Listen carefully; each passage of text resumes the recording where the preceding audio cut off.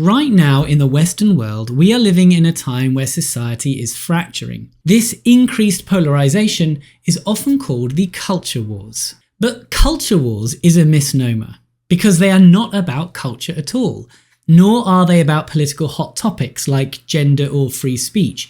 These are just the symptoms of an underlying conflict between two radically opposed ways of making sense of the world. Both these worldviews developed in the late 19th and early 20th century in response to what Nietzsche called the death of God cultural event. They are basically two ways of intellectually making sense of atheism. And once you understand the roots of the conflict, you can finally make sense of what's really going on in Western culture. But who's this guy to be talking about these things? Well, I'm a philosopher affiliated with Cambridge University, where I currently teach, lecture and supervise students. My PhD thesis was sponsored by Bill Gates and was on the views of a prominent philosopher of the late 19th century. I've since turned my thesis into an academic book, which will be published later this year. What I discovered during my research really helped me make sense of the intellectual situation we find ourselves in.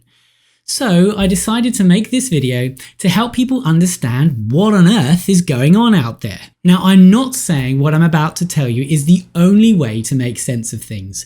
Nothing is ever that simple.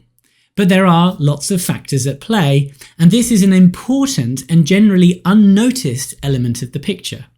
And to my mind, it's the most important one, because it opens up the possibility of a solution to the crisis. For the death of God didn't give rise to only two conflicting worldviews, it actually gave rise to three. But the one that began the strongest eventually gave way and all but disappeared. Philosophers now examining this period have realised that the failure of this radically alternative school of thought wasn't due to any intellectual fault in its reasoning, but merely a result of an unfortunate series of events. In my view, this alternative way of thinking needs to be restored and taken very seriously, especially since one of its leading thinkers saw precisely where we were headed and tried to warn us. More on that and how it might help our current crisis later. And I'll get onto how issues of free speech and gender are related as well, so stick around. But as I mentioned at the beginning, you first need to understand the current situation, and that requires looking at the history of Western thought to understand why the death of God occurred when it did, and just how much of a genuine intellectual bombshell it really was. Only then can you understand the context in which the two opposing worldviews arose, and why they take the intellectual and political positions that they do. Then, finally, I can introduce you to the third way of thinking and why it is so important. So here's what you can expect from this video. There will be 7 sections, and they are each important, so don't skip ahead. Section 1 will give a very quick overview of the history of thought from medieval times up until the 19th century, focusing on a few key figures that are particularly relevant for our concerns. Section 2 will then explain what happened to cause the death of God in that century, and how our existing paradigms were utterly shattered.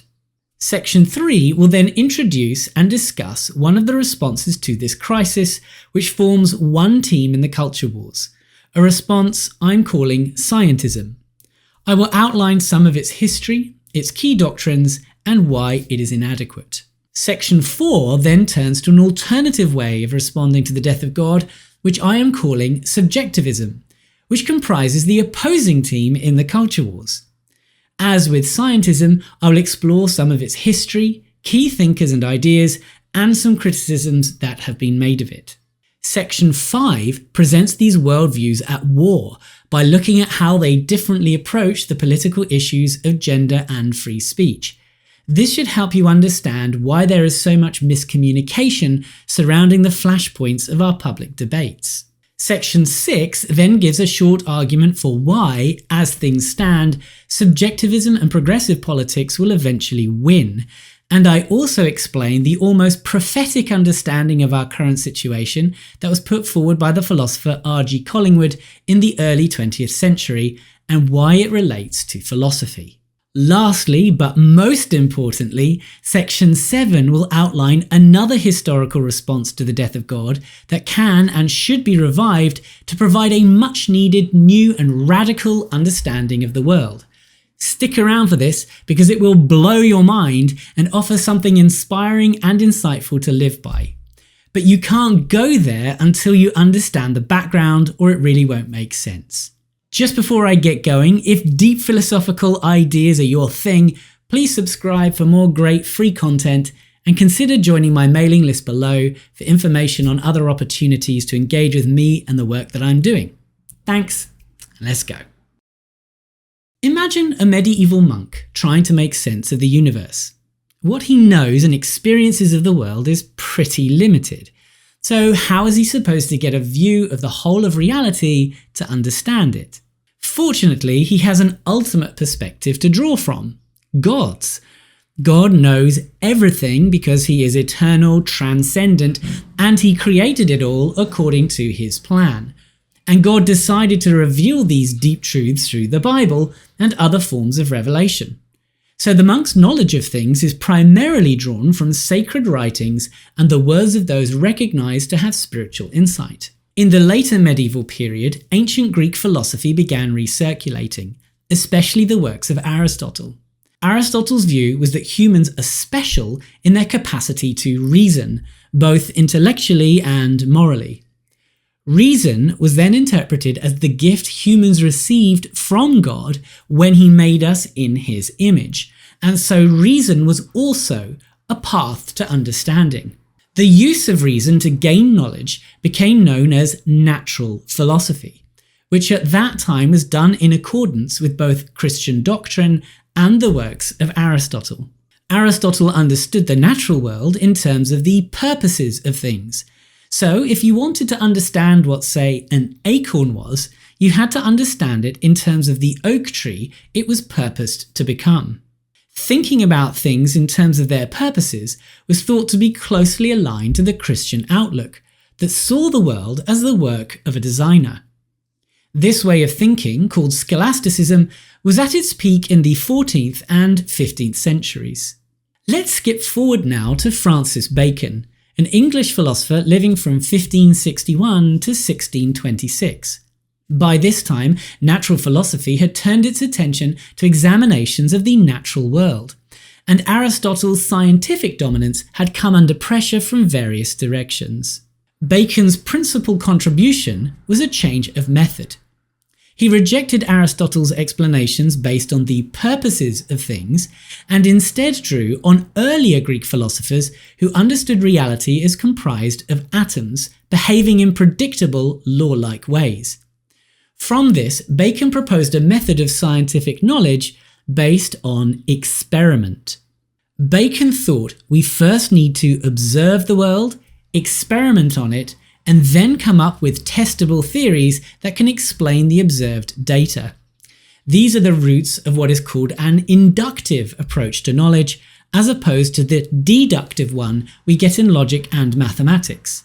The emphasis is on what we can see and observe, and less on universal principles that present themselves to our reason. And it is important to note what a shift it was. Bacon's method doesn't rely merely on reason to gain knowledge, but on reason and the results of carefully selected observations we get from our senses. This change of approach paved the way for the modern scientific method in all its fruitfulness. Now, it should be noted that Bacon was no atheist. His idea of knowledge acquisition was aligned with a Christian worldview. He distinguished between what he called the Book of God and the Book of Nature. The Book of God concerned God's will for the world, which was outside of our human capacity to understand, while the Book of Nature concerned God's work in creation. And Bacon believed our attempt to understand God's creation was an act of divine Christian service. By discovering the divine order hidden in creation, Bacon thought we could use this new understanding to relieve, through technology, the suffering of God's children after the curse of the fall. For Bacon, doing science is part of our way of participating in the redemptive work of God on the earth. While Bacon was experimenting in England, a contemporary of his, Galileo Galilei, who lived from 1564 to 1642, was pioneering another kind of science, one based on mathematics and a mechanistic conception of the universe. Like Bacon, Galileo also rejected Aristotle's view of the world, but Galileo's focus was on Aristotle's cosmology, which taught that the Earth was at the centre of the universe and was comprised of 4 elements: earth, water, air and fire. Galileo instead promoted the theory of Copernicus, that had the sun at the centre rather than the Earth, and he believed there was only one fundamental substance, which was matter. In 1632, he published a book called Dialogue Concerning the Two Chief World Systems, that attacked the Aristotelian view and defended the Copernican position. He also tried to explain, using a combination of mathematics and experiment, how Aristotle's 4 elements could each be kinds of the one element of matter. Like Bacon, Galileo explained the coherence of his scientific view with Christianity by distinguishing between 2 kinds of truths. First, there were the historical and spiritual truths of Scripture, and second, there were the observable and rational truths of the natural world. Galileo believed that the truths of these 2 kinds were entirely harmonious, so any conflicts that arose were due to errors of interpretation, either of Scripture or of our sense experience. Of course, Galileo is probably most famous for his encounter with the Catholic Inquisition in 1633, the year after he published his Copernican defense in the Dialogue. The simplistic account that the Church saw his theories as a threat to their power, so put him under house arrest, is highly contested and almost certainly not the full story. Regardless, the emerging changes in how he made sense of the natural world, moving away from Aristotle's emphasis on purposes towards one which was primarily mechanical, was causing upheaval to the intellectual foundations of the Christian worldview. And the two truths solution didn't determine which is the greater truth when there appear to be clashes. An alternative way of harmonizing science with Christian teaching was provided by another philosopher of that time, René Descartes, who lived from 1596 to 1650. Descartes argued that there were 2 fundamentally different substances, a position called dualism. There was mind and there was matter. Mind, or the soul, took up no space, whereas matter was extended in space. And although there were, he believed, interactions between these substances, the distinction provided a neat way to separate the primary realm of religious knowledge from that of scientific knowledge. Natural science dealt with the realm of matter in space, whereas religion was chiefly concerned with the transcendent realm of the immaterial soul and spirits.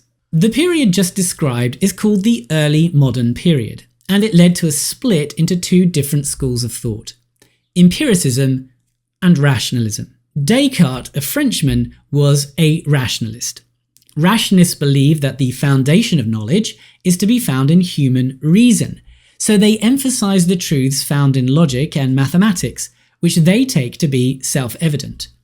The validity of the observed world of experience, however, is something that requires argument. Typically, this self-evident knowledge is thought to be innate to the human mind for rationalists, the implantation of God as part of our rational nature. For example, we seem to just know that every object must be identical to itself, and we know that without having to go out into the world and check to see if it's true. It's these kinds of truths that rationalists like Descartes and Gottfried Leibniz focus on. On the other hand, empiricists like the Englishman John Locke of 1632 to 1704 believe humans are born as blank slates with neither intrinsic concepts nor knowledge of the world. All human knowledge and our conceptual apparatus was, he thought, gained through our experience of the world. Thus it is experience that provides the foundation of all human understanding rather than reason. Locke also provides the philosophical basis for taking a rather specific view towards science, which is called realism. Remember, Bacon thought that scientific inquiry was our way of trying to understand the ways and principles of God that he hid within his creation. It was ultimately a tool we could use to help people and alleviate suffering. But John Locke thought science was something more than that. He thought that it was a way to somehow transcend our limited experience of the world to get a view of its true essential nature. Now, it can be hard for us to see how much of a genuinely radical idea this is, because it is something we now often just take for granted. But bear with me here and try to see its radical nature. Science, according to Locke, revealed the true nature of reality. The entities and properties it uses to explain phenomena were, he argued, the entities and properties there really were. Entities and properties that did not fit within the scientific explanation of things were mere products of the way things appear to our minds. They were not, in a sense, real. Now, the science of Locke's day was a little before Newton and was based on a theory called corpuscularian theory, which is similar to the atomic theory that came later. So, corpuscles are a bit like atoms. And this theory explained all phenomena in terms of structures and movements of these corpuscles, their size, shape, location, and motion. Locke thought that this stripped-down inventory of what there is and its properties revealed the truth about the stripped-down nature of reality. So he divided the rich world of our sensory experience into qualities of two types: primary qualities and secondary qualities. The primary qualities were those associated with the corpuscularian science. These were size, shape, location, and the movement of things that we experience. Locke thought this was how things really are. Whereas other features of our experience, like colour, sound, textures, tastes and smells, were secondary aspects. They were not part of reality, but only arose in our mind through a causal process that involved corpuscles, their primary qualities, our sense organs, and an experiencing mind. So for Locke, the tree I see in my garden really is tree-shaped, really is swaying in the wind, and really is located in my garden. But its leaves aren't really green, nor do its apples really taste sweet, or really make a crunch sound when you bite them. So for Locke, in reality, there is no music or poetry, just sound waves. No sweetness and bitterness, just molecules of various shapes. Nothing is soft or coarse, there are just structures with more or less resistance to them. With the stroke of a pen, much of our conscious experience was dismissed as illusory and mind-dependent. And science was crowned king, capable in theory of granting us a transcendent God's eye view of reality. I've done another video dealing with this idea a bit more, which I've linked in the card above me and in the description. So check that out for more about Locke and this idea. Now, Locke was a Christian and a dualist. He admitted the reality of the experiencing mind, which he thought was outside the observable material world that science describes. So in Locke's view, there was still space for the insights of religion. But his shift towards scientific realism paved the way for a view called materialism, which rejects the mental realm altogether and thinks that everything that exists is material. In which case, the only reality there is the one described by science. This position would later come to dominate. While Locke was still living, Isaac Newton came along and solidified the place of science as the key to understanding nature. In 1687, Newton wrote his magnum opus, Philosophiae Naturalis Principia Mathematica, which translates to Mathematical Principles of Natural Philosophy. This incredible work systematized the observable phenomena both in the skies and on the earth into an elegant mathematical model. Hence, classical physics, with its mechanistic principles, was indisputable. But God was not squeezed out yet, not by a long shot. In fact, the understanding of classical science at the time was infused with theistic thinking. Physics may have been thought to rest on mathematics and universal physical laws, But mathematics and universal physical laws were firmly believed to rest on the mind and divine authority of God. And Newton himself seemed to have believed his work would act as evidence for a divine creator, saying in a letter, "When I wrote my treatise about our system, I had an eye upon such principles as might work with considering men for the belief of a deity, and nothing can rejoice me more than to find it useful for that purpose." Not only was God understood to be the divine authority behind the mechanistic laws, the two truths understanding still asserted that religion and scripture gave us knowledge concerning history and things of an eternal nature. Christianity, not science, explained how the world began, and it explained things thought to be outside nature, such as the human condition, the afterlife, the mind, reason itself, morality, and the meaning of life. In addition, since God knew all things, he acted as a guarantee that there were ultimate truths. What was true was what God believed and said. It was absolute. He could not be in error, and any that thought differently to God was simply wrong. And since he was our Father, we were fashioned in his image as his children. This meant we possessed, in limited form, a mind like God's, capable in principle of understanding the intellect that orders the universe. The foregoing has been very brief, but we now have enough understanding to turn to the all-important 19th century and look at the death of God event. It was this event that, I will show, gave rise to the two worldviews that are currently at war in our culture.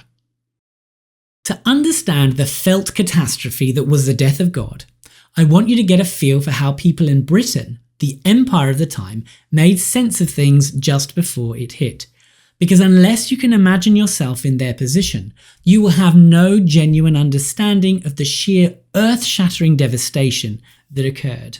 In the 19th century, Britain was extremely religious and predominantly evangelical, partly due to the preaching by the likes of John Wesley and George Whitefield in the century before. Most Victorian children attended Sunday school and were likely to have heard over 1,000 sermons before adulthood. Evangelicals were heavily involved in politics and drove several changes in Victorian law, most notably the abolition of slavery. Also, evangelical pamphlets and sermons were hugely popular. The Victorian preacher Charles Spurgeon sold 50 million copies of his sermons within his lifetime. To put that in perspective, the population of Britain was then only around 30 million people. So, per capita, that made his writings even more popular than those of J.K. Rowling today. Evangelicals believed the Bible to be literally and historically true, and it was very important to Victorians since it provided them with faith, hope, and meaning. It taught that our earthly life would be followed by an eternal one in heaven, and that our actions in this world would all be judged by God, resulting in punishment or reward. This meant that justice would eventually be fully achieved, and every act was meaningful because every act had eternal significance. There were, of course, many evangelical academics too, and as we have seen, a historical and literal reading of the Bible fit comfortably with the existing science under a two truths or two substances view. But trouble was brewing, and it would hit the academics first. When it came, it did so in waves. The first wave was geological. It was discovered that the observable geological features require long timescales to develop. These long timescales conflicted with the date of creation given in the Bible. A second geological discovery came in the fossil record that showed many early species, such as dinosaurs, have gone extinct. This was very difficult to fit with the biblical account of Noah's flood, where God instructed Noah to preserve all animal species in the ark. One prominent Victorian academic, John Ruskin, who later renounced his evangelicalism, remarked, "If only the geologists would let me alone, I could do quite well, but those dreadful hammers, I hear the clink of them at the end of every cadence of the Bible verses." A second wave that undermined the authority of the Bible came not from science, but a new form of textual criticism. Rather than just studying the content of what was written in texts, academics began analysing them within the context of the biases of the author and the political and historical circumstances in which it was written. This new mode of analysis was soon applied to the Bible, and suggested it too was no exception. The Bible's contents also bore the mark of its human authors, which undermined the evangelicals' claim that the words it contained were divinely dictated. But if these two waves are damaging, the third was utterly devastating. In 1859, Charles Darwin published On the Origin of Species, in which he presents his theory of evolution.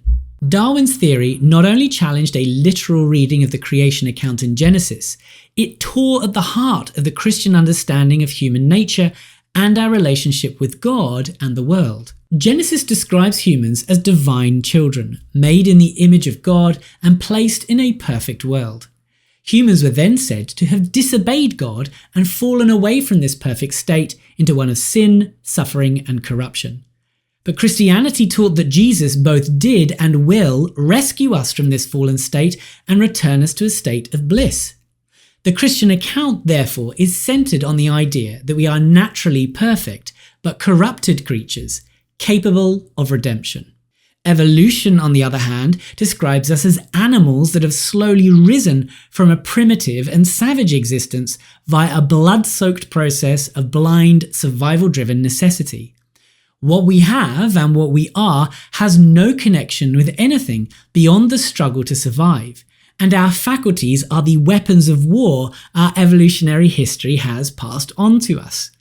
According to evolution, there is no state of perfection from which we have fallen. Bliss does not and has never existed. How it is the best it has ever been for us. After this dramatic third wave crashed against the Christian worldview, a fourth quickly followed.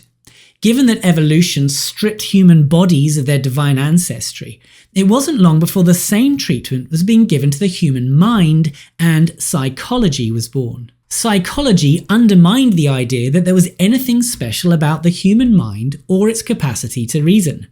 There was no divine imprint here either. Psychology painted a picture of the human mind as one driven by subconscious urges, sexual impulses, desires, fears, jealousies, and a lust for power and domination. This was a far cry from the ancient idea of the human mind put forward by Aristotle, where it is set apart from the mind of animals by its unique capacity for logical reasoning and for moral judgment. All four of these waves hit Western societies in the 19th century, and their effects were intellectually devastating for the old paradigms.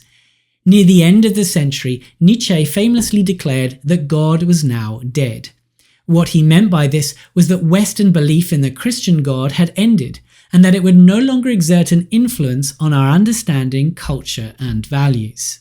Now, widespread Christian belief continued into the 20th century, but the two world wars brought home the feeling of being abandoned by God and the stark reality of needless suffering. Afterwards, the churches began to empty. From an intellectual standpoint, however, the old Christian understanding had been decisively shattered in the century before, and it seemed that something new built on different foundations was needed. As it happened, three intellectual responses rose up to begin with, two of which are currently at war. The third disappeared. So let's take a look at them now, starting with Scientism. The crisis of faith, combined with an already established two truths conception, presented an obvious reply. If one of the two truths has been shown to be suspect, why not just do without it altogether? Science was not only untouched by these intellectual shifts, it was what had done the shifting. Its credentials were newly polished, and it seemed to have answered the question of which way to turn when conflict arose between these two kinds of truths. In simplified terms, this response to the death of God is what I will call Scientism. It is the view that science is the foundation of all knowledge about reality, and it is closely associated with the materialism that arose from Locke's philosophical views about science. Such an account rejects the two truths view by saying there are only the truths of science, and it also rejects the two substances view, saying there is only matter. But taking this route is not straightforward. Under the old paradigm, God grounded the validity of our reason and gave us access to an objective perspective. Without God, there was a need to justify things like logic, mathematics, and even the universality of the laws of physics. Science relied on such things for its explanations, but they don't seem to be things that are material, nor can they be demonstrated by experiment or observation. Hence, much of the historical difficulties for scientism concern the issue of how to harmonize the process of knowledge acquisition, said to be made possible by science, with the narrow view of what there is that can be supported by it. A brief look at how these issues played out and where they ended up is very enlightening. Early on, evolutionary psychology presented a challenge to scientific knowledge along these lines. If we are just products of the need to survive, and if the mind is not some different substance, then our reason must be a natural faculty that is developed simply to help us survive. In which case, it seems that our reasoning processes are just the same as other mental processes, and so logic is just psychology. This view was known as psychologism, and it was immediately identified as a threat to the objective claims of mathematical and logical truths that underpin science. Psychologism rejects the distinction between how we in fact think and how we ought to think. And since we in fact think in ways that are regularly governed by irrational desires and fears, and since we regularly make error-strewn inferences, there seems to be no way to establish the validity of logical or mathematical reasoning, which would undermine the special status of scientific explanation. The reaction to psychologism was retrospectively called the linguistic turn, and it formed the foundations of what has become known as analytic philosophy. The idea here is to point to what is common to thought, and to separate it from what is private, subjective, and merely psychological. What is common to thought was said to be that which is captured in a shared descriptive language. The idea is that since we can and do successfully communicate with one another, there must be something to the meaning of our words that is public. This shared meaning is therefore intersubjective. In other words, it is something shared among humans and so beyond the private psychology of any one human. It would also be natural to assume that this shared language is shared because it talks about our shared world. So analytic philosophy turned away from efforts to reach a transcendent God's eye view of reality and began to focus on linguistic meaning as a realm in which individual subjectivity was absent. Logic then became a science of what can be concluded from these public aspects of meaning. It was a matter of what propositions followed from what, and what the rules are that govern relations between meanings and concepts. And since language and meaning were taken to be the ways in which public thoughts can be expressed, analysis of language became a tool whereby the structures of thought itself could be analysed and studied. Logical tools to analyse meanings were vigorously developed in this period, leading to huge advances in formal logic, eventually resulting in computers. And one interpretation of what formal logic expresses, first presented by Wittgenstein in the Tractatus of 1921, became particularly appealing to this school of thought. It was the idea that logic was not concerned with the particular content of thought at all, but only with its formal structure. If that's the case, then logical truths say nothing at all about how the observed world is, and so it should not be expected that logical truths could be empirically tested by experiment. In other words, science can fully describe the observed world, while logic purely concerns the public structures of our thinking. These early years were also dominated by efforts to demonstrate that mathematics was reducible to logic, a view called logicism. This would mean that once logic had a secure footing, mathematics could follow it, and both could be deployed as part of a universal science of thought. Unfortunately, the project to reduce mathematics to logic failed due to the discovery of Russell's paradox, and the claims of formal logic to capture human thought were later undermined by Gödel's incompleteness theorems. I'll do a video explaining these ideas later, so subscribe if that is of interest to you. Relatedly, there was an early 20th century movement called logical empiricism, sometimes called logical positivism. This movement sought to rid philosophy of anything that had even the slightest whiff of being unscientific. Clearly, this included theology, but it also included metaphysical claims about the nature of reality that were not based on what could be observed. Building on the idea that philosophy was focused on meaning, they argued for this conclusion by claiming that anything that could not be verified by observation was meaningless. This claim became known as the verification principle and was most famously presented by A.J. Ayer in 1936. Ayer said that a statement is meaningful if and only if we know how to verify the proposition it purports to express. That is, if we know what observations would lead us to accept the proposition as true or reject it as false. So disputes that can't be settled by observation, like theological claims about the Trinity or metaphysical claims about the nature of numbers, were deemed to be simply gibberish, and so not even wrong. There were, however, philosophical objections to the verificationist principle. The major one was that the verificationist principle, if it were true, would make itself meaningless, since there is no way of verifying it by observation. This meant that Ayer's fundamental claim was self-defeating. Another logical empiricist, Rudolf Carnap, tried to overcome this defect by introducing a principle of tolerance. The details of his position get very technical, but the basics are easy to understand. The idea is that verification can only happen within a language or theory that has its own internal methods of verification. These methods then give meaning to the sentences in that language or theory. For example, there are understood methods of proof in mathematics, and standards of evidence for establishing results in the sciences. It is these theory-specific methods of verification that provide meaning to the claims made within those disciplines. So, outside of a theory, there is no universal language that independently provides those theories with their meaning. The verification principle itself, then, is not a claim made within any particular language or theory, but something that guides the kinds of theories that can be considered scientific.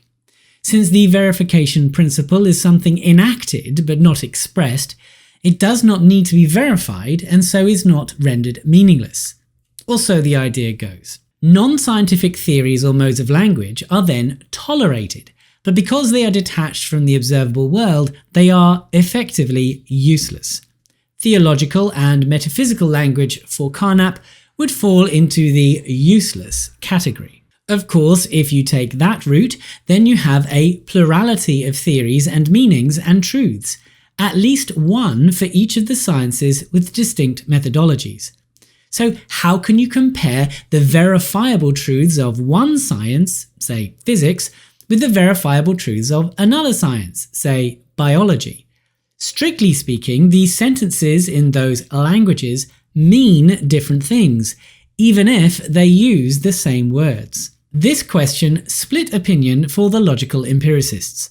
Some thought these sciences could and should all be unified into a grand theory of physics. The idea is that given enough understanding, biological claims, for example, could be translated into complex physical claims and verified according to the laws of physics. Perhaps, for example, talk of respiration could eventually be translated into talk of particles bouncing off each other in the right kind of way. In the end, all sciences would be seen as reducible, both linguistically and in essence, to physics. Other logical empiricists were more liberal and were happy to let the sciences proliferate, as long as they were all guided by the verification principle and so properly scientific. No pseudoscience or mysticism, please. But other than that, there was no need to unify all the sciences. They all had their place.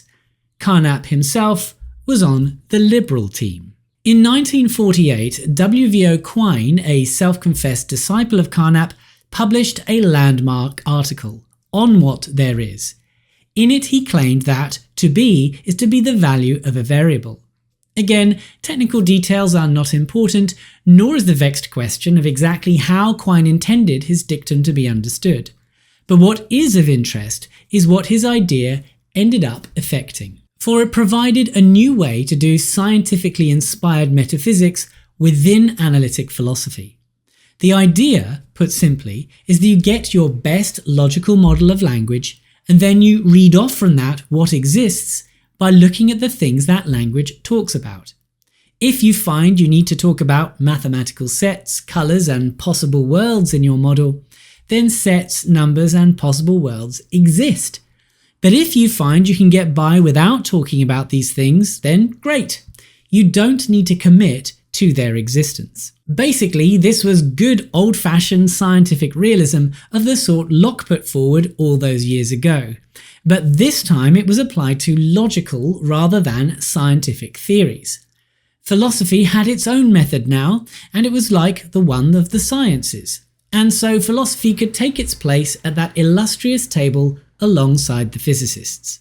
I've done a longer video on contemporary metaphysics and how it works, linked above me and in the description. Added to this was the concept of theory choice. In 1962, Thomas Kuhn published The Structure of Scientific Revolutions, which showed convincingly that science doesn't progress slowly and steadily, piece by piece, but tends to go through periods of great progress followed by stagnation, followed by revolution. Revolution occurred, he thought, when an existing scientific paradigm had accrued difficulties it couldn't solve, and a new approach seemed to promise a richer and more powerful way of understanding things. But for a period there would be some overlap, during which it was unclear which was the better theory. The crucial thing here is that there is no theory-independent way to decide which theory to go for, mainly because the standards of how competing claims are assessed can only be prescribed within a governing theory.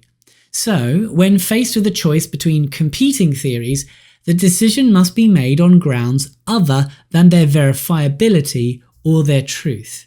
To work out what theory to adopt, the principles of theory choice say you should choose a theory based on its overall properties, such as simplicity, elegance, strength, and parsimony.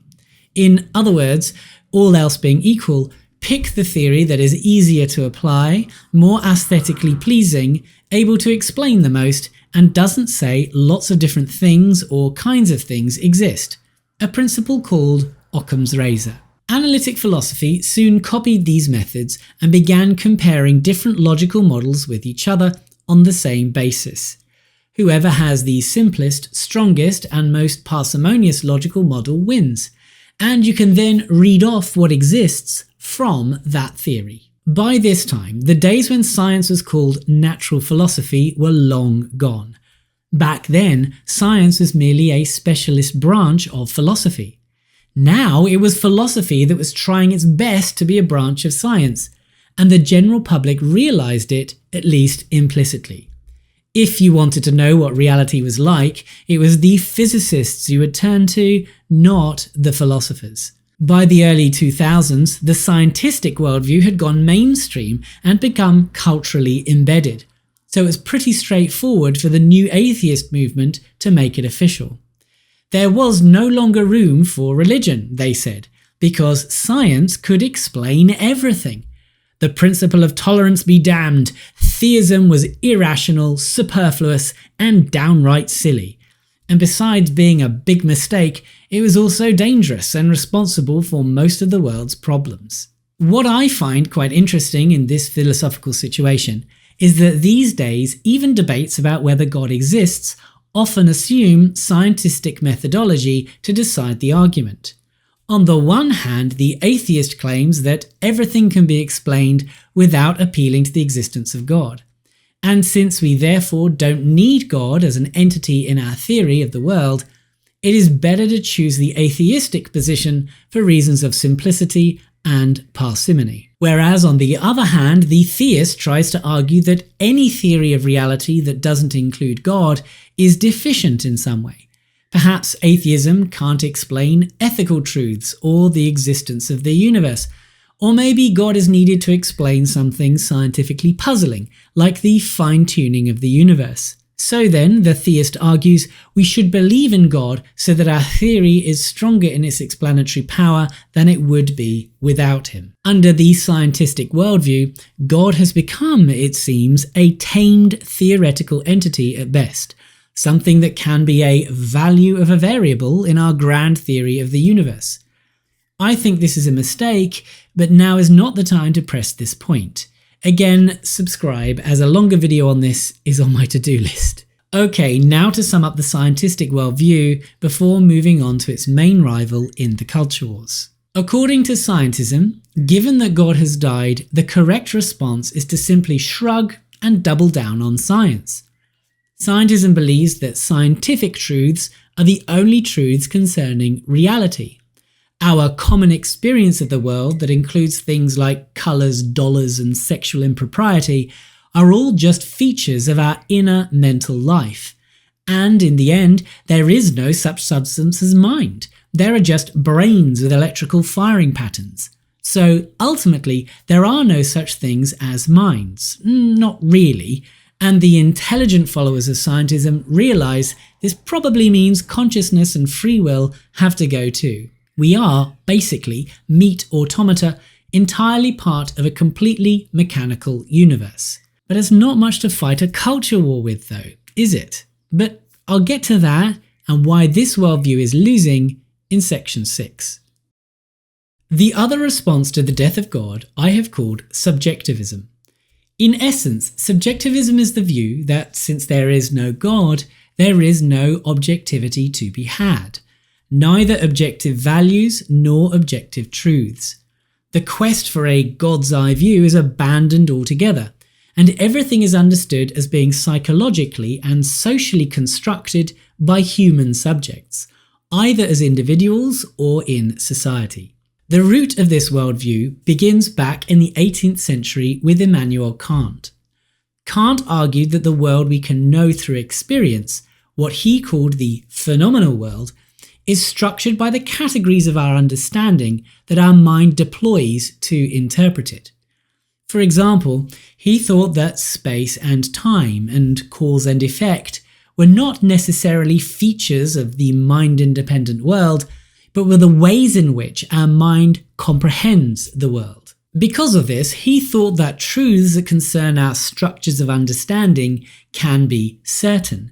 Since there cannot be a phenomenal world where they do not apply, they are necessary to it. These certain structural truths include things like the truths of geometry, pure mathematics, and the existence of universal causal relations. But note that unlike the scientific realists, Kant thought these truths do not concern the world outside the mind, but were structural features of the mind's capacity to experience the world. Now, Kant was the founder of what became known as German Idealism, and the movement was still influential in the 19th century, especially in the European continent. Kant's idealism was called transcendental because he thought there was a mind-independent world which he called the noumenal world, but it was one we couldn't experience or know about. However, later figures in the movement, such as George Hegel, believed that these structures of the mind, and even more importantly the rational movements of the mind, were not only the basis of the phenomenal world of experience, but also of the objectively real world too. For Hegel, there is ultimately no distinction between thought and being, so the usual assumption about thought being directed to something else, namely existence outside of thought in the noumenal world, was rejected. But Hegel's philosophy relied on something called the absolute, which was the final and complete unification of all reality in the form of spirit. It is hard not to associate this absolute with a monotheistic God, and so with Nietzsche, the mental source of reality shifted from an absolute or objective entity to that of the human subject. Nietzsche realized that after God's death, there was no easy escape into science, because the death of God signaled the death of all objectivity, including that purportedly provided by science. Our pursuit of truth, undertaken in the development of the sciences, had, he thought, shown us to be creatures incapable of attaining objective truth. We had no divine imprint in our mind, and so no way of accessing any reality beyond appearances. And appearances were what they were, according to evolution, to promote survival and not to promote truth. This idea led to one of Nietzsche's key doctrines, that of perspectivalism. According to this view, all knowledge comes from a perspective, which is subject-dependent, and a psychological way of constructing and interpreting experience in order to create knowledge. But unlike Kant, Nietzsche believed that these subject-dependent structures of experience were not universal. It was perfectly possible to have rather different perspectives on the world, and there was no perspective-independent way to determine which is the true perspective. But Nietzsche's doctrine was more than a theory about knowledge or human psychology. A perspective was not only the best we have access to, it is all there can be. Truth and reality themselves were a matter of perspective.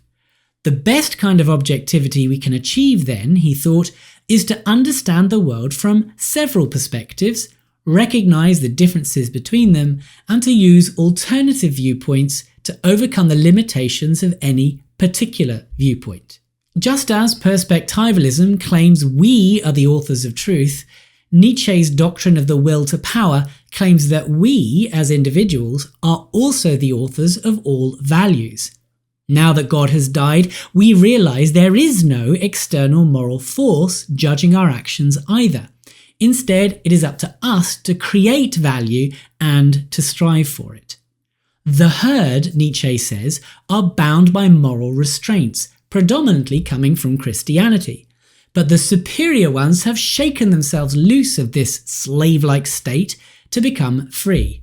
In this newfound freedom, they forge and pursue their own values beyond the concepts of good and evil. The existentialist thinkers that followed, like Jean-Paul Sartre, picked up Nietzsche's idea of the centrality of individual freedom and made it the ultimate value. Nietzsche's claims about the capacity for individualistically defining values became enlarged to include our individual freedom to define our own nature. This view is summed up by the phrase, "existence precedes essence," from which we get the term existentialists. The idea that existence comes before essence is a hallmark of existentialist thinking. We first exist as raw and undefined entities, completely free and unformed. Our identities then become fashioned through a process of making decisions and acting freely, and we are entirely responsible for who we become. Since, Sartre says, we have the power and responsibility to create ourselves, we should do so with joy and authenticity. By living freely and authentically, you are in good faith, whereas refusing to accept the reality of your freedom and acting in a way that is unfree, Sartre called being in bad faith. It was a condition that mostly arose from allowing other individuals to tell you who you are and then living your life in conformity to those expectations. It is this kind of thinking that is responsible for all of those "just be yourself" t-shirts. But Sartre's existentialism came under heavy criticism after the World Wars for being too narcissistic and individualistic. Sartre seemed to leave no room for ethical action directed towards the community or other people. And given the great cost of the wars, what was then needed was a philosophy that could support social justice. Sartre thought to remedy this in a landmark lecture entitled "Is Existentialism a Humanism?" In this lecture, he argued that no one can be free in a concrete sense unless everyone is free. And so we live our authentic, good faith lives when we live for the freedom of others. This idea was clearly a shift away from his previous individualistic claims. However, the idea of individual freedom leading to the working of freedom for others was developed by Sartre's romantic partner Simone de Beauvoir. She argued that the freedom to create ourselves and our values was not the free-for-all it might appear. The idea we had seemed to get from Nietzsche is that the death of God had liberated us to be free to create our own values. But de Beauvoir doesn't see freedom as a value on the way to create other values to live by. It is itself the value to live by and in service to. Real freedom, she thought, seeks to extend itself by working for the freedom of others. There is then a new morality on this view, based on the liberation of others from oppression so they can become their own authentic selves, free from the dictations of society. Following existentialism, there was a movement centred in France called structuralism. Rather than see people's activities as issuing from their own radical freedom, they emphasised the structures within societies and language that constrain and direct the thoughts and actions of those within them. Structuralism, in a way, emphasises the reality of the bad faith state Sartre discusses, and points to the ways in which we are all products of our language and societies. Structuralist thinking, then, threatens to erase the good faith state of the human subject and its freedom altogether. The philosopher Michel Foucault was initially very influenced by structuralism, but he later rejected it. In his earlier work, Foucault pointed to the ways Kant presents two kinds of subject. There is the subject that constructs the world through the categories of understanding, such as space and time and causality, and at the same time there is the subject in the world that is constrained by those same categories. How, Foucault asks, are we to unify these two aspects of the subject, both as the represented entity associated with our body and as the transcendent constructor of the phenomenal world, including our body? Foucault sees two failed ways to do this. The first is naturalism, that attempts to reduce the subject to the empirical body, much like Scientism does. The second is phenomenology, that, he thinks, reduces the self to the knowing subject, held to be transcendent. Foucault rejects both of these approaches, since the full subject must, he thinks, be both a product of its history and development, i.e. be an empirical object in the world, yet also be involved in the constructive process of that history, i.e. be the originator of that empirical process. Otherwise, the self becomes something wholly external, and so not the self at all. His answer, at least in part, comes in the form of his account of power. By tracing the history of concepts such as madness, Foucault argued that what we assume to be representational knowledge caused by our experience of the outside world is rather constructed in a dynamic process whereby knowledge is intertwined with power relations. Power produces knowledge, and knowledge becomes the means of producing power, according to Foucault. Because power relations produce knowledge, Foucault believes that power produces the discourses through which we understand ourselves and the world. So power shapes reality, truth, and even constructs us as subjects. Truth and being are, then, constructed through the power relations that exist in society, and our activities as knowing subjects can then reinforce or subvert those power relations.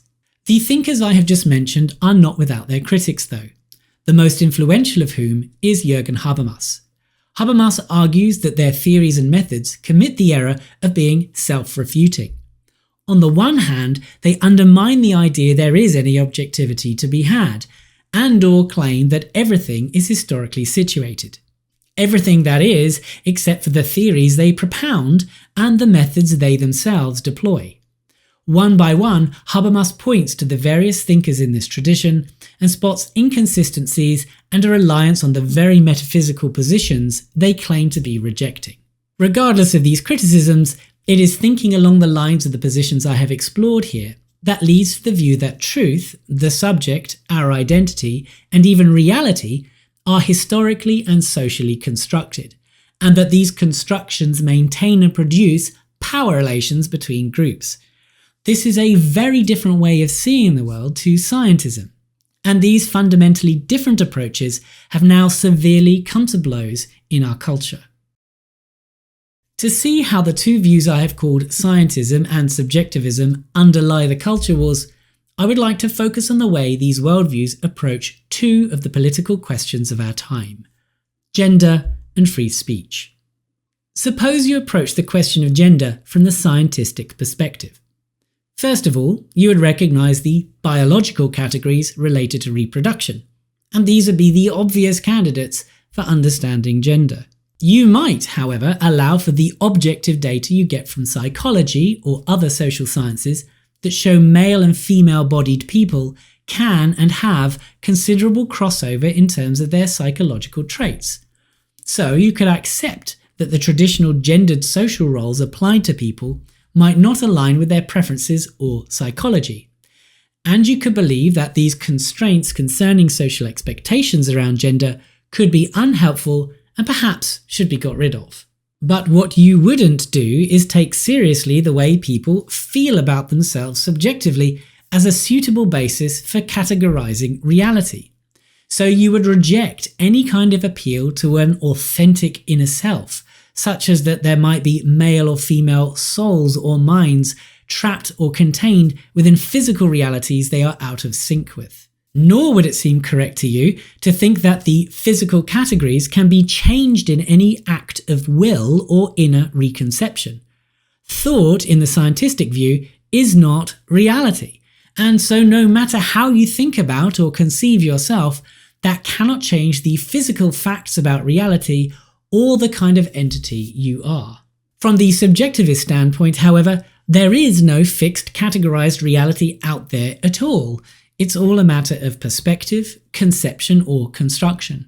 And if you are a subjectivist of a certain sort, you might think it is those with power that have constructed things this way, even if unwittingly, and that such conceptions become oppressive and need to be overthrown through acts that undermine their supposed legitimacy. In this way of thinking, all categories are somewhat fluid. Perhaps they can be changed by individual self-conception, or perhaps they can only really be changed when they are reconfigured at the social level. In which case, genuine change requires some kind of social recognition in order to be effective. Either way, you would start with the experiences of subjects and the categories they apply to themselves, and perhaps the way those categories in society lead to power relations between groups. And then think about categorizations that are better suited to the values you want to promote, perhaps those values of freedom or equality. But what you wouldn't do is turn to scientific categories, or the supposed common sense opinions of the general population. These scientific categories are, after all, just the conceptual categories scientists apply for their own narrow purposes.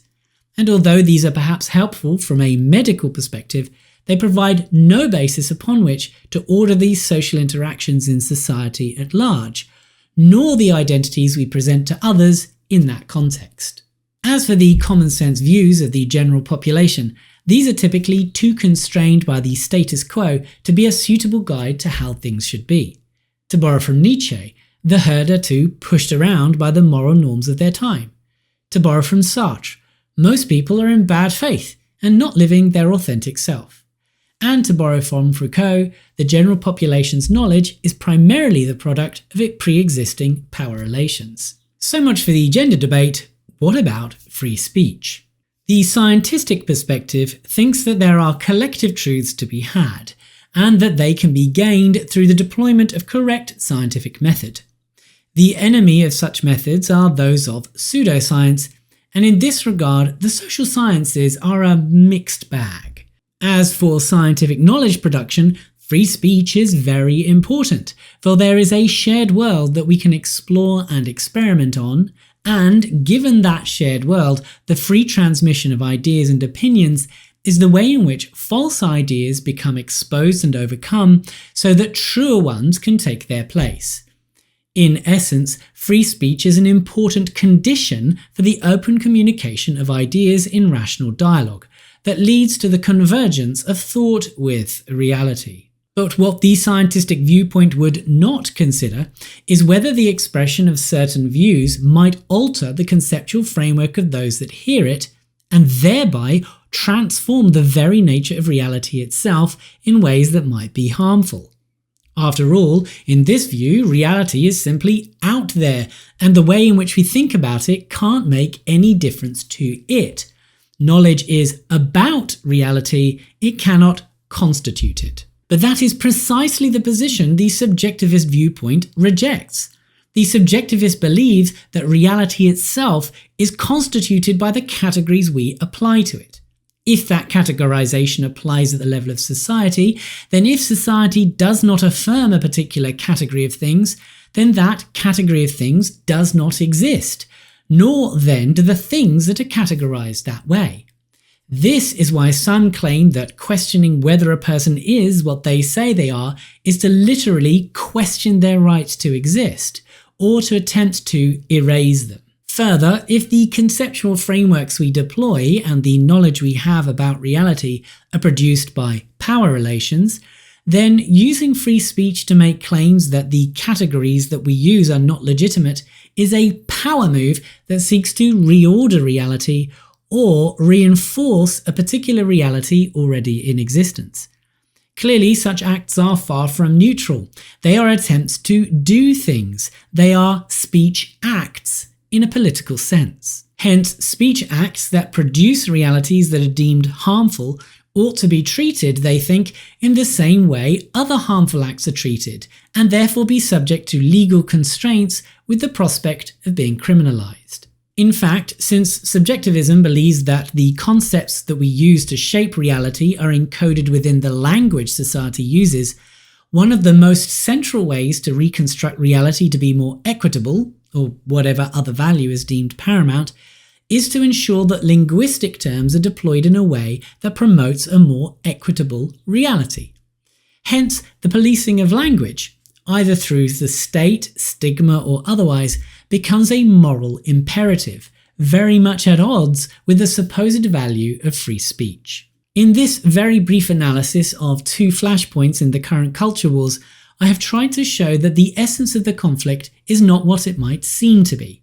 Loud and polarizing debates around such things as gender and free speech are merely the symptoms of a fundamental clash between two different worldviews.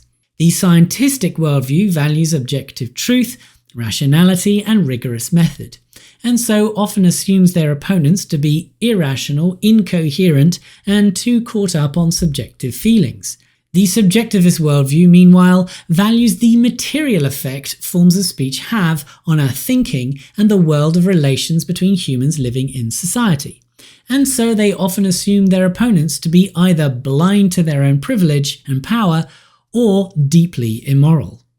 The situation we thus find ourselves in is increasingly one where communication misfires and the underlying worldviews mean the issues and debates are interpreted differently. This makes it hard for those with opposing worldviews to be able to see the things from the other perspective, and to communicate in ways that don't lead to offence-taking or to misrepresentation. Also, it means the real fundamental disagreements never get properly discussed, for those that shout the loudest typically have no idea concerning the underlying foundations of their views, and so the debate revolves around peripheral matters rather than the root issue. Public debate then becomes irrational, as appeals are made to emotive or fashionable considerations rather than reason and argument. In short, things aren't great in the public debate, and if the situation continues as it is, I can see only one eventual winner. A few years ago, I was asked to give a talk at a political party conference. In it, I made a bold claim that if subjectivism was opposed only by scientism, then the progressive politics it underpins would eventually win the cultural wars. The reason I gave was that scientism lacked the tools to provide people with a framework for values. It had done okay so far because there was still a latent Christian ethic lurking in the background. But the New Atheist movement ended that, which, paradoxically, became the beginning of the end for the scientistic worldview. The problem is that scientism has never successfully been able to provide a basis for meaning to life or morals. Very few, perhaps none, can genuinely embrace the nihilistic idea of there being no meaning or morals at all. Most people, especially the young, need some value framework to guide their lives. and the only game in town right now is some form of progressivism underpinned by subjectivism. When I gave the talk, I knew there were some in the audience that disagreed with me, because they thought the contradictions inherent in some progressivist positions would mean they would collapse under their own weight. Such views, they think, have since been borne out with the recent political developments in the so-called lurch to the right seen in many Western democracies. And there have been some voices in the media now declaring the end of progressive ideas around gender, family and nationhood. But I think those claims are vastly overblown, and I stand by my position still. I don't see any of the recent political changes being anything at all related to a movement back to a supposed rational scientific conception of the world. Quite the opposite. I see it as a reactionary takeover of a different form of subjectivity-based irrationality. Truth in this movement is still constructed, it's just being constructed differently and for different purposes. In short, it is still a post-truth movement. Others, however, disagreed with my thesis on different grounds by pointing to the re-emergence of interest in Christianity as a cultural force. Conservative political thinkers like Jordan Peterson, Ayaan Hirsi Ali, Douglas Murray and Louise Perry promote a cultural Christianity to act as a bulwark against what they take to be the damaging aspects of progressivism. But, well-meaning as these attempts might be, I don't think they will cut it. Intellectuals like those I just mentioned tend to mix their cultural Christianity with agnosticism. Church-going, Bible-reading and prayer, yes. The afterlife, Jesus' historical resurrection and the Creator God, not so much. And if we are at the stage where even Richard Dawkins is prepared to mumble something approving about cultural Christianity, I don't think it will cut the mustard when it comes to providing a substantive alternative. The root problem here is one that Plato knew very well. Cultural values cannot hang on thin air.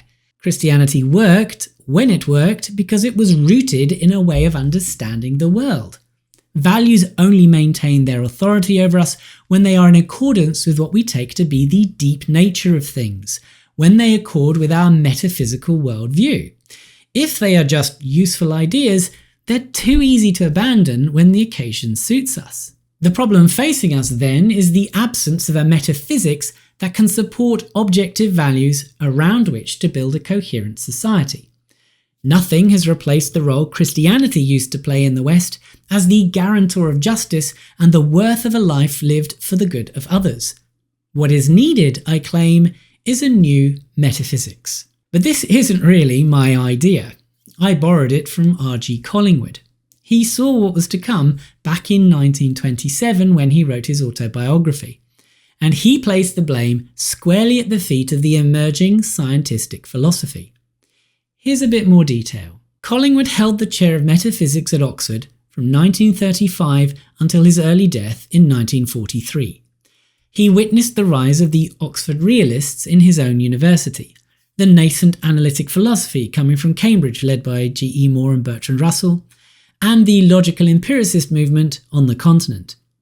All these groups sought to attack and overthrow the idealist school of thought that had come before them, which was well represented in Britain through the British idealists. I'll come back to the British idealists in the next section, as it is this way of thinking that I want to present as the third way of reacting to the death of God. So hold tight for that.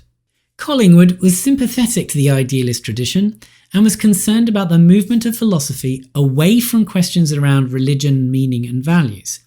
He could see this new philosophy becoming increasingly formal and technical in nature, since it was desperate to do philosophy in ways that mirrored science. Collingwood's concern with this was that as philosophy became further removed from something the public could understand and participate in, and as it began to deal in explanations and ideas that were far less applicable to everyday life, he thought this would mean public interest in philosophers and what they were discussing would fade away, and they would look to new sources for understanding life.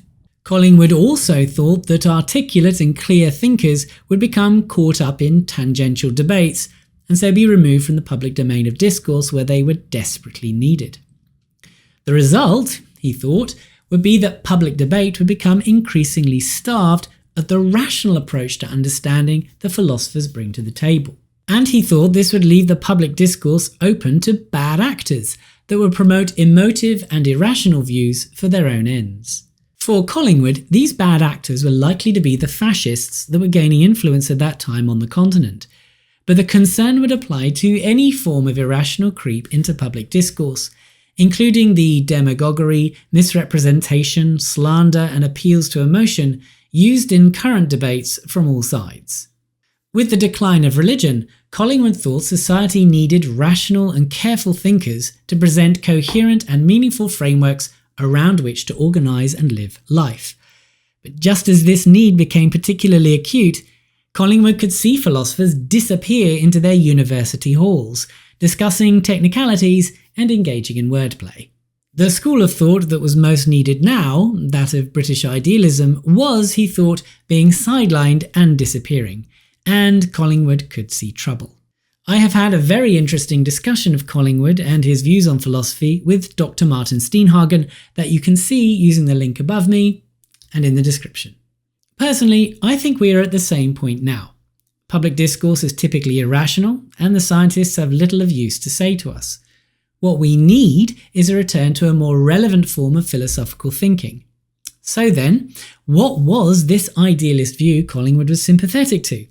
How did it die out? And why do I think we need to bring it back? Glad you asked.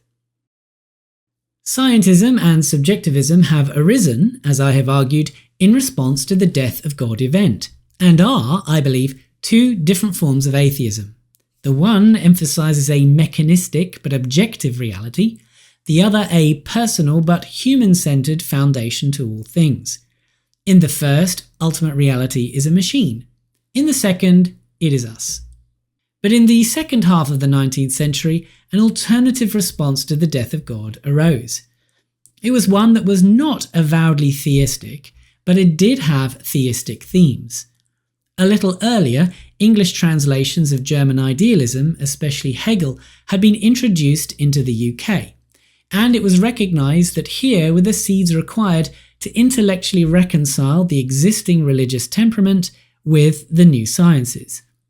But it was also realised that to do this, Hegel's firmly rationalist, thought-based understanding of reality needed a good dose of traditional British empiricism to make it fly with science. The school that took up the challenge of developing this thought became known as British Idealism, as its main proponents were indeed British.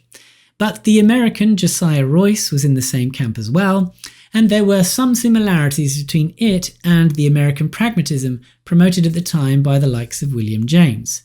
Although there were also some strong differences between the British idealists and the pragmatists as well. So, how does British idealism differ from the worldviews I have described? Well, it isn't simply a matter of theism versus atheism, as the three principal members of the movement differed in this respect. T.H. Green was a clear theist. F.H. Bradley was probably a theist, but not for philosophical reasons. And J.M.E. McTaggart was clearly an atheist. These thinkers differed in many other respects too, but what unites them under the same school seems to be a commitment to philosophically explain the entirety of human experience, not only our sense experience, and a belief that reality is, at its most fundamental, sentient. Here, then, we get an initial idea of how the school differs from those I have mentioned. On the one hand, unlike the scientistic worldview, it recognises that aspects of our mental life are reflective of the nature of reality. Reality is not merely out there, independent of our structures of thought, nor is it isolated from our process of knowing and experiencing it. On the other hand, unlike the subjectivist worldview, there is objectivity to be had, for there is a privileged mental state beyond the private and collective states and perspectives of humans. Reality itself contains something akin to thought, and so reality sets the standards to which thought should strive if it is to attain truth. The contrast could also be explained like this. Scientism presents reality as an object, which is subject-independent. and so it struggles to account for subjective aspects of experience, such as values, meaning, and even consciousness and free will. Subjectivism presents reality as purely subject-dependent, constructed by humans, and so struggles to justify their own claims and ends up interpreting things in terms of power or something similar. Idealism, of the sort I'm considering, however, presents reality as itself an objective subject, an entity of a sort that can play the role God used to play in providing meaning, values, and truth. Okay, I realise there is a lot more to say and justify here, and rather than dive deeply into the nuances and differences of the thinkers in this tradition, I would like to highlight some specific ways in which this approach to understanding reality differs from the ones I have mentioned. I will focus here on the thought of F.H. Bradley, the philosopher generally considered their champion and the one I know best. I'll also argue that some scientific developments indicate that Bradley was broadly correct in much of his analysis, and we ought to take his work very seriously. First, one of the main things that distinguishes Bradley's approach to philosophy is his methodology. Bradley believes that philosophy is the attempt to find intellectual satisfaction. It is, in a way, a personal journey, a journey that seeks to understand the human experience, especially that which transcends the everyday. And the goal of philosophy, he thinks, is rest and contentment in the intellectual domain. This, he thinks, must be done rigorously, carefully, and with great effort, and he ultimately thinks that complete satisfaction will elude us, despite our best efforts. Nevertheless, it is the degree to which our understanding satisfies the intellect that is the ultimate arbiter of the theories we should accept. And although not everyone needs to embark on this journey, there is great reward in the pursuit of it for those that are wired in a certain way. He writes, "All of us, I presume, more or less, are led beyond the region of ordinary facts, some in one way and some in others. We seem to touch and have communion with what is beyond the visible world. In various manners we find something higher, which both supports and humbles, both chastens and transports us.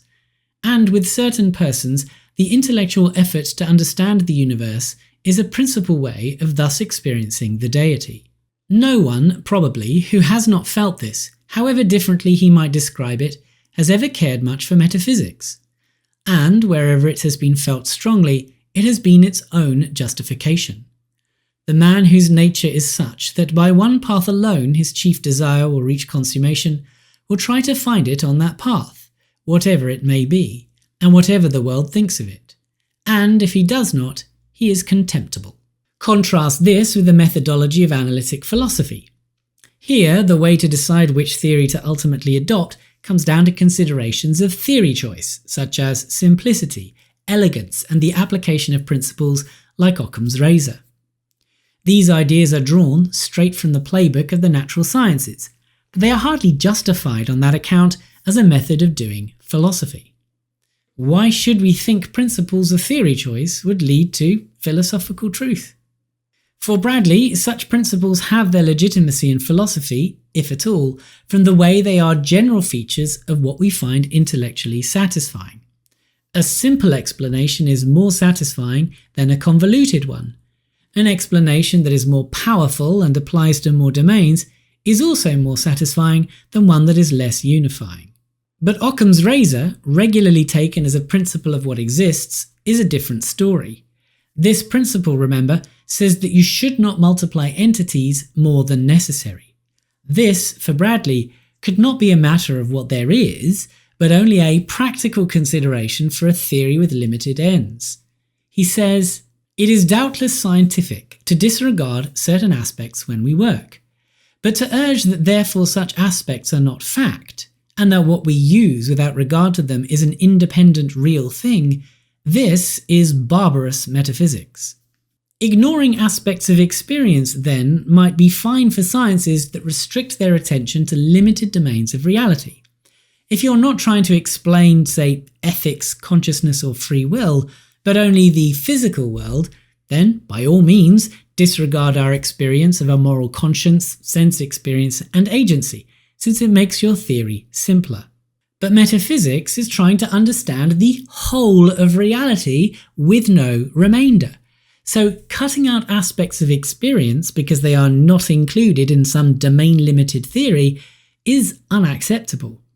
Any experience we have is data that must be accounted for in our metaphysical theory, and it is barbarous metaphysics to simply deny their existence or to think the rest of reality can be completely independent of such things.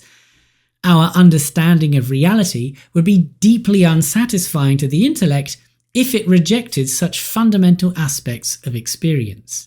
Bradley, then, would not be impressed with fancy arguments that claim there is no morality, that we have no free will, or that consciousness is an illusion, all on the basis of the impossibility of fitting them within some theory from the sciences. If such experienced things cannot be accounted for within some theory, then that theory cannot be the complete theory of reality. On this point, for sure, I am wholeheartedly in agreement with him. And this leads us on to think about another aspect of how philosophy is typically done in the analytic tradition. As I mentioned earlier, Quine held the view that to be is to be the value of a variable. This has become the methodology for deciding what exists. The idea is, remember, that you get your best theory and read off from that the entities that theory ranges over. And you then say that the entities you need to talk about in that theory are the entities that exist. Again, this is how a realist interpretation of science often proceeds. If you need dark matter or strings for your theory to work, then dark matter or strings exist. Bradley would completely reject this view, because it rests on the assumption that existence is ultimately rooted in thought or language. And Bradley believed that thought is necessarily abstracted from existence and contains only ideal content. To use his terminology, thought concerns a descriptive what of reality and cannot contain the existential that of it. For Bradley, where we encounter existence is in feeling, not in thought. We experience the being of reality when it is given to us immediately in our present conscious experience. This, of course, includes our sense experience, but also other immediate experiences like emotions, pleasures, and pain. Since feeling is where we encounter existence, it must be accounted for within any theory of reality. So reality involves more than thought. It must also include feeling. We now have another piece of the sentience puzzle in place: feeling. And in feeling, we encounter reality most immediately and directly in its thatness, i.e. in its existence. But the immediate felt reality is experienced as a whole, since thought has not yet abstracted out aspects of its content and differentiated it. And until our immediate encounter with reality is structured by our concepts of thought, we are unable to express what we experience in language. This is a big idea, so let's sit on it a moment longer. Kant thought that our categories of understanding were prerequisites to experience the phenomenal world. So we needed the structures of thought in place before anything could possibly be experienced. In a way, these structures of thought came first. They were the conditions of knowledge and experience, and so were transcendent. This is why his idealism was called transcendental idealism. The subjectivist view I described earlier picked up Kant's idea and ran with it. For them, this structure was not universal and given, but constructed. And so, by changing the conceptual structures by which we experience the world, reality itself can be changed. This reorganization of our conceptual structures was achieved through power, knowledge acquisition, and transforming language. Bradley's idea, though, is the inverse of this. He thinks our first point of encounter with reality is unstructured, direct, and immediate. The being of reality is encountered in feeling before our intellect begins to organize and structure it to become accessible to thought and thereby language.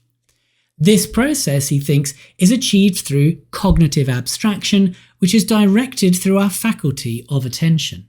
Once thought abstracts content from that felt reality, we can then use it to construct the idea of a world outside of that which we, as finite creatures, are now experiencing. In other words, we use the ideas we draw from feeling to construct the idea of a world that continues beyond the horizon and that existed in the past and will continue into the future. Let's stop for a minute and see how this idea fits well with what we know about infant psychology.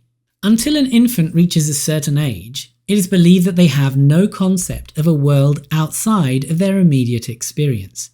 And it is also believed that this experience is undifferentiated. Even the notion of a self separate from an environment is absent. So an infant doesn't experience "I am hungry," for that distinguishes the subject, the I, from its state, the hunger it feels. The infant experiences only hunger as if it were a state of the entire world.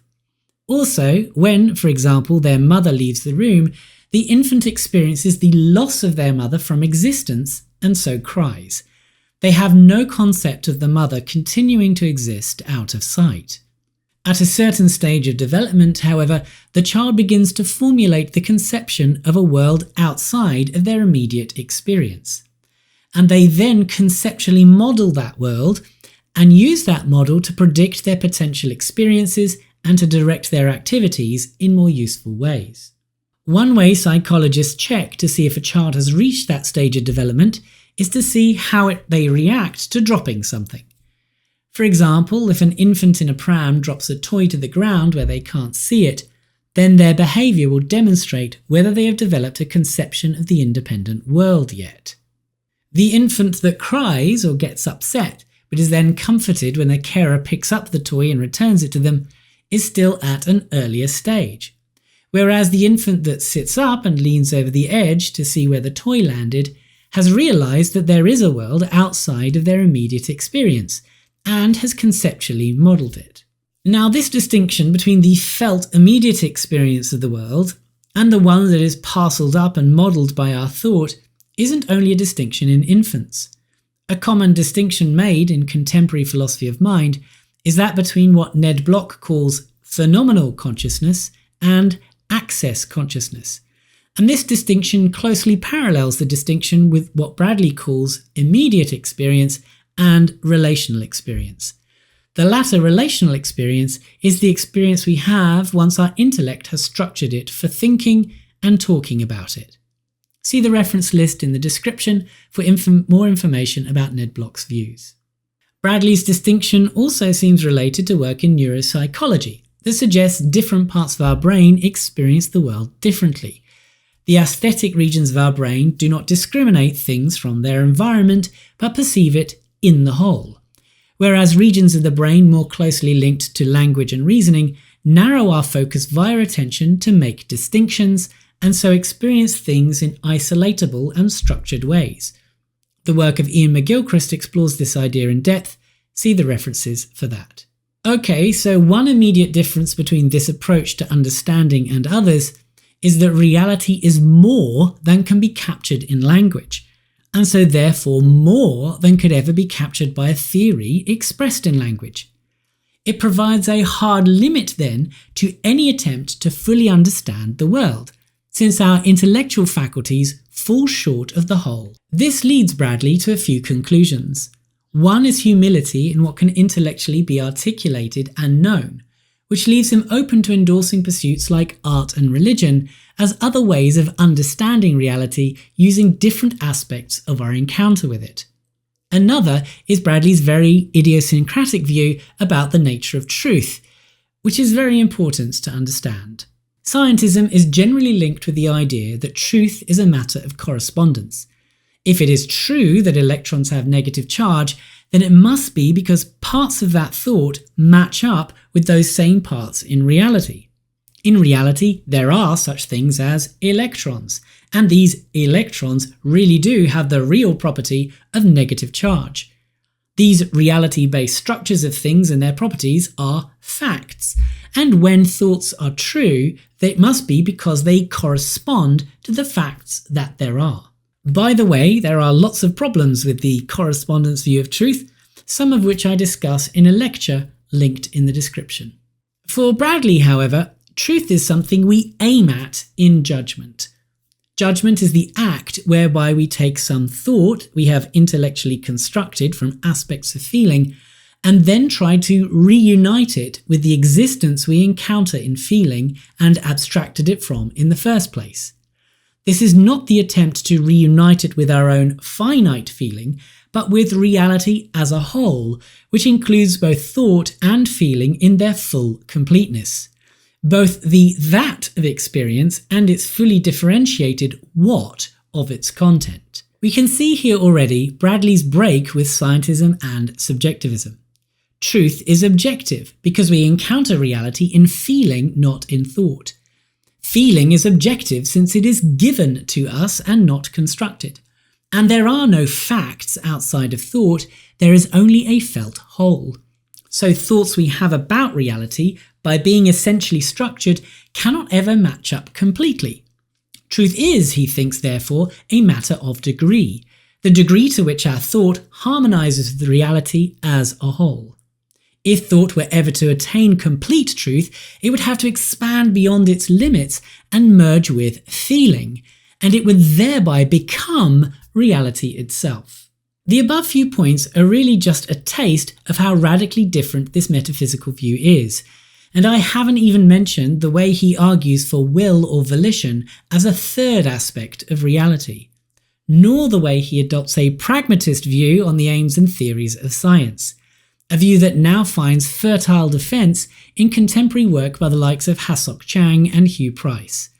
Nor have I broached Bradley's view on God and religion. But I hope what has been said can give you some idea of a very different way of understanding the world, and how it could be rigorous, scientifically coherent, and also provide the kind of understanding our culture really needs. An understanding of things like meaning, morality, and an understanding of how objectivity can be had when we are limited to a finite and subjective viewpoint. Where Bradley eventually ends up is with the view that reality is a privileged subject, which comprises the standards against which our finite experience can be compared. Those standards are not only standards for thinking, but also for feeling and for acting. Reality is the ultimate thought, the ultimate feeling, and the ultimate act. It is comprised of the aims of these domains by being a unification of truth, beauty, and goodness. Meaning for life, then, becomes the attempt to align and harmonize our subjective aspects of experience with those of ultimate reality, by leading lives dedicated to the pursuit of truth, beauty, and goodness. I am now making it my life's work to formulate and articulate this third way of thinking for our current context, and thinking about how it might be applied. And I'm working on a course that goes chapter by chapter through Bradley's primary metaphysical work, Appearance and Reality, and I'll explain and update his arguments and ideas contained within it. My intention is that by the end you will see how compelling this way of understanding the world really is, and you would have the tools to be able to rethink what is possible. If that sounds interesting, please sign up to my email list using the link in the description, and I'll get information about it out to you as soon as it's available. Thanks for watching, I hope you found this interesting, and I'll see you around.